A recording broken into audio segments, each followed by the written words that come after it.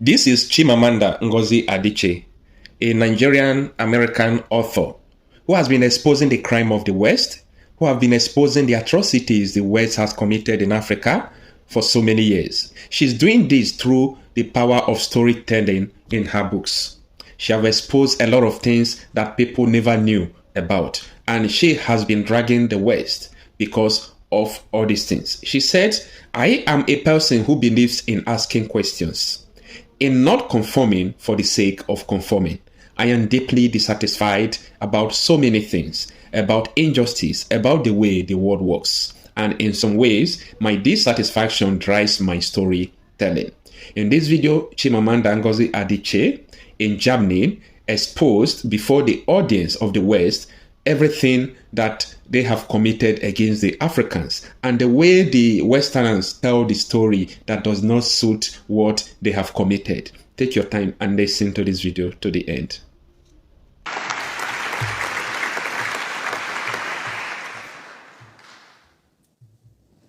Gorgeous music, thank you. President of the Federal Republic of Germany, Dr. Steinmeier, Mayor of Berlin, Minister for Culture and Media, Dr. Monica Grütters, Director of the Humboldt Forum, Professor Dagalo, ladies and gentlemen, good afternoon, actually good morning-ish, it's almost afternoon. Thank you for having me here. When I was researching my second novel, Half of a Yellow Sun, which is set during the Nigerian Biafran War that started in 1967, a woman told me a story about her elderly father. It was early in the war, and they were in their Biafran hometown, feeling relatively safe because the war seemed far away.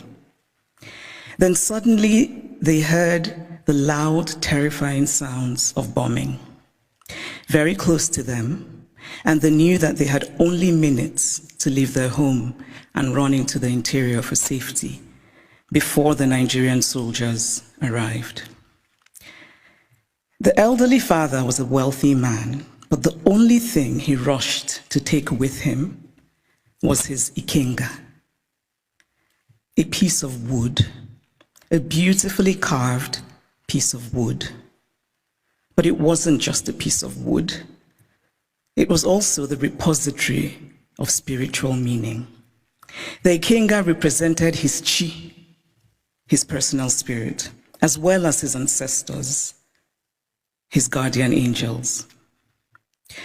I was struck by this story. This man, facing the possibility of never seeing his home again, chose the thing that mattered most to him. Of course, he cared about his material possessions, but he believed that those could eventually be replaced, while his Ikinga was irreplaceable. There are Ikingas in various museums all over the world today, and it is easy to forget as we stare and admire them behind cold and clinical glass barriers that these are objects that are religious, spiritual, sacred. Art lives in history, and history lives in art. Much of what we call African art are also documents that tell stories. Some are literal in their storytelling, like the beautifully ornate Benin stool that was sent to the Oba of Benin by his people when he was exiled by the British, and which he looked at and immediately could deduce from the carvings the state of his British plundered land. Other sculptures and carvings are more metaphorical. They speak to the dignity of a people, to their worldview, to their aspirations. Some of the early Christian missionaries across the African continent were very keen on destroying African art. Carved African deities, which they told the Africans were just magic.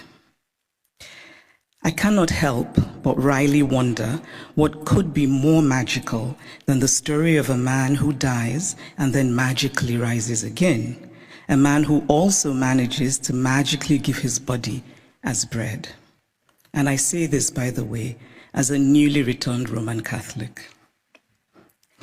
The point is that belief systems vary, and as long as they feed the spiritual needs of a people, they're valid.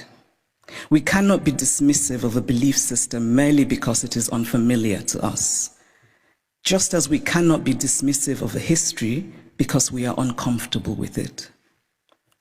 So I'd like to tell a small story about a Nigerian woman who's married to a Belgian and has lived in Belgium for many years. She said once that she was shocked that her son, while being taught Belgian history, was taught nothing about Congo. They teach my son in school that he must help the poor Africans, she said, but they don't teach him about what Belgium did in Congo.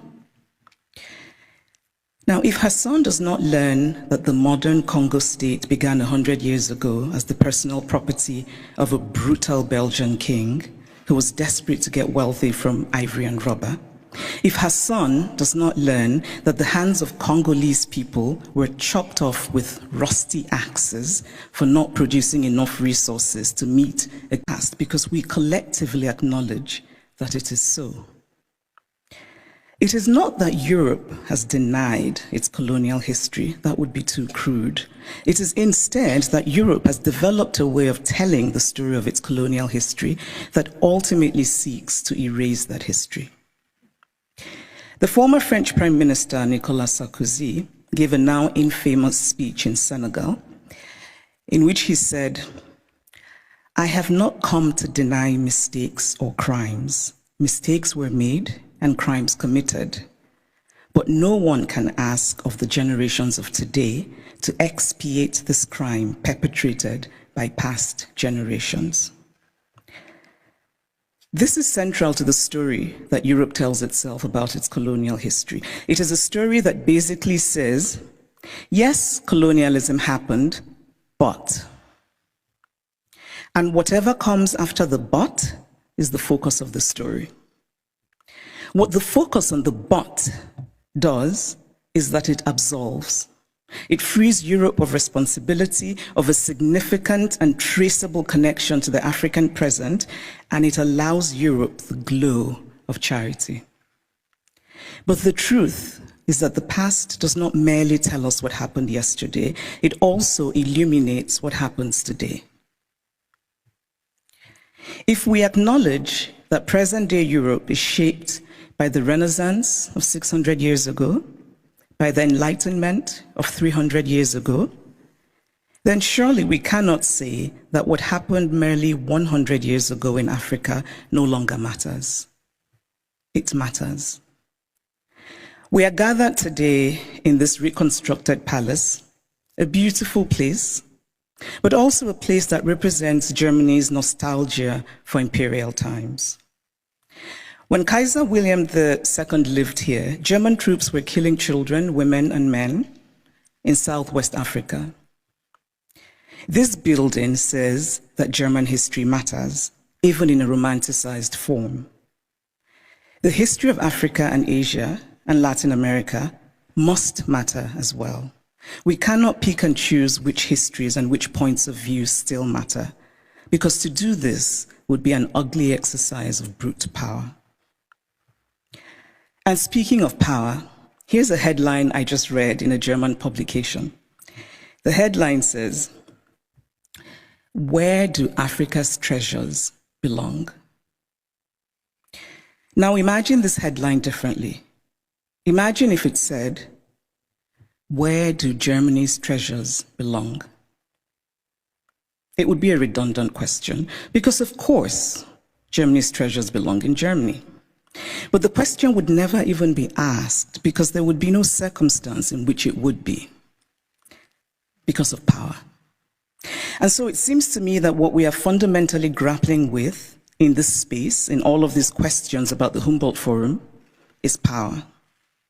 Unequal power, how we navigate unequal power relations. And there's always been, to me, something shabby about unequal power relations. The victory feels colorless, almost unearned. So I spoke of Belgium and its colonial history. But what of Germany and its colonial history? Do school children here learn about Namibia, what was called the German Southwest Africa? Do school children know that 100,000 Herero people were murdered by the Germans? Do they know of the wells that were poisoned? Do they know of the women used as sex slaves and others as slaves in German camps? Do they know of the Nama people killed and of the Maji Maji revolt in German East Africa? And why should they know? Because to tell only one part of a story is essentially to lie. A story is true only when it is complete. Germany is Beethoven, and Germany is Bach, and Germany is also its colonial atrocities that have resulted in hundreds of African skulls being stored in the basement of museums here in Berlin, skulls of men whose spirits cannot be at rest, men who could well have been my great-grandfather had I happened to have been born in Eastern rather than Western Africa. It is only fair to fully own all of the stories of Germany. All countries have parts of their pasts that they're not proud of, that they would rather forget. But it takes courage to face those parts and bring in some light. And this is a time for courage. The courage to hear dissenting voices, such as those of the people who are outside right now protesting. They should be heard and included. They have valid concerns. The courage not merely to say, we take your criticism, but to follow it with action. The courage to say, we were wrong. The courage to say about art acquired illicitly, this is not ours. Tell us what to do with it. The courage to do provenance work and to actively use local knowledge. The courage to act and to act now and not become crippled by endless planning and endless talking. The courage to believe that it can be better. We cannot change the past, but we can change our blindness to the past. And why, by the way, is the term ethnological used for art from certain parts of the world and not art for other parts of the world? And then in discussing some of this art that we term ethnological, and I would argue that the language itself already suggests a hierarchy of value, when we talk about this art that was stolen, we're told that they cannot be returned to Africa, for example, because Africans will not take good care of them. It is not merely condescending to say, I cannot return what I stole from you because you will not take good care of it. It is also lacking in basic logic. Since when has the basis of ownership been taking good care of what is owned? This position is paternalistic arrogance of the most stunning sort. It does not matter whether Africans or Asians or Latin Americans can take care of the art stolen from them. What matters is that it is theirs. The brilliant Nigerian artist Victor Hikameno put it much better than I could, and in very Nigerian terms.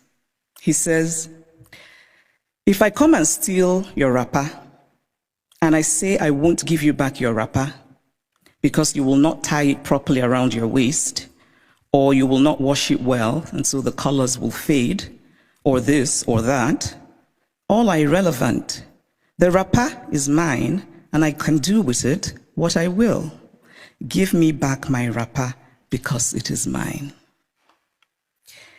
The metaphorical wrapper, for those of you who are befuddled by wrapper, it's a piece of cloth, should be returned for the reason that Hikameno illustrates, which is respecting the property of others, but also because Europe has defined itself as a place of certain values: progress, liberty, fraternity, tolerance, individual rights, and most of all, the rule of law. A nation that believes in the rule of law cannot possibly be debating whether to return stolen goods. It just returns them. And so if the dignity of those from whom the art was stolen does not matter, then surely this idea should matter, that Europe should be what it claims to be. Live up to the ideals with which you define yourself.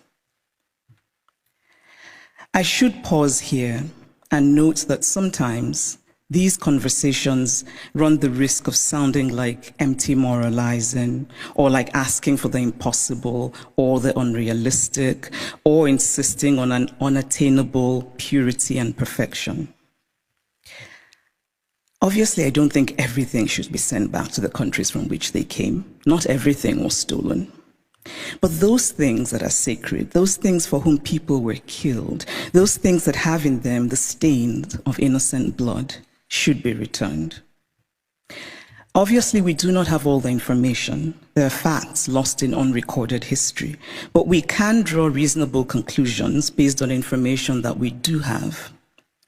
We can deduce, for example, that the Ngonso, the beautiful sculpture of the founder and guiding spirit of the Nso people of Cameroon, a former German colony, could not possibly have been obtained under benign circumstances, because why would you willingly give up your guiding spirit?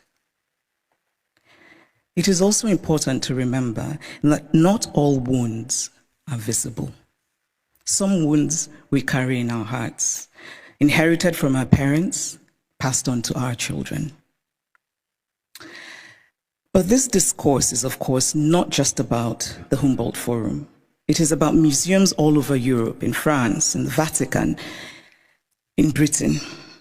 And I must acknowledge that Germany is the first of the powerful European nations that has made a gesture towards returning the Benin bronzes. But it is also interesting that the announcement said that a substantial amount would be returned, which made me wonder how this would be determined and by whom. And it is equally interesting that it is British colonial loot rather than German colonial loot that is being returned by Germany. But still, it is progress. And Germany's action, this gesture towards righting what is wrong, must be acknowledged.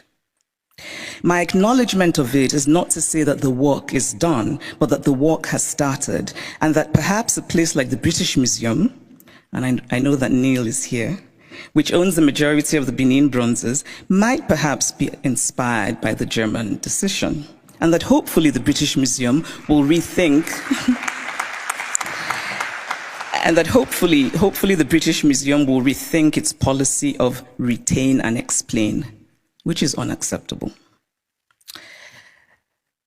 So this is the Humboldt Forum. A forum usually implies, among other things, a space created for a free exchange of ideas. One can only hope that the Humboldt Forum will live up to its name as a space for true intercultural and transcultural exchange of ideas in mutual respect between the cultures.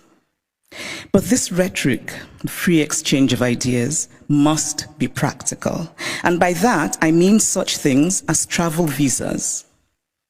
It must be easy for people from Africa and Asia and Latin America who should participate in these conversations to get travel visas. The Humboldt Forum was conceived as a place to tell the universal story of the human race from multiple perspectives. This is a commendable idea, but it is incomplete. Because again, we must confront the issue of power. Who tells the story? Who is the teller and who is told about? Who decided that African art should be labeled ethnological? Who has the right to exhibit the other?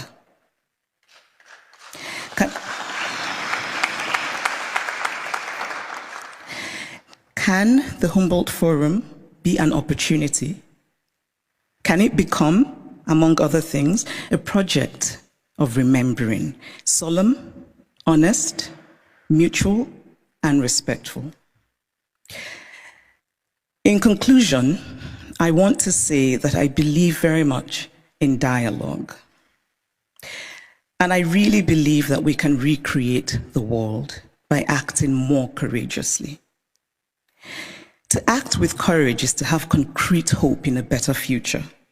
We carve out a small space of the world, we shape and we reshape it, and in that way, small slice by small slice, we walk slowly, yes, but we walk on the path to real progress. Courage and hope are intertwined. Courage is an act of hope, and hope is born of courage. Acts of courage create hope, and there is nothing more essential to the human spirit than hope. So here's to courage. Thank you.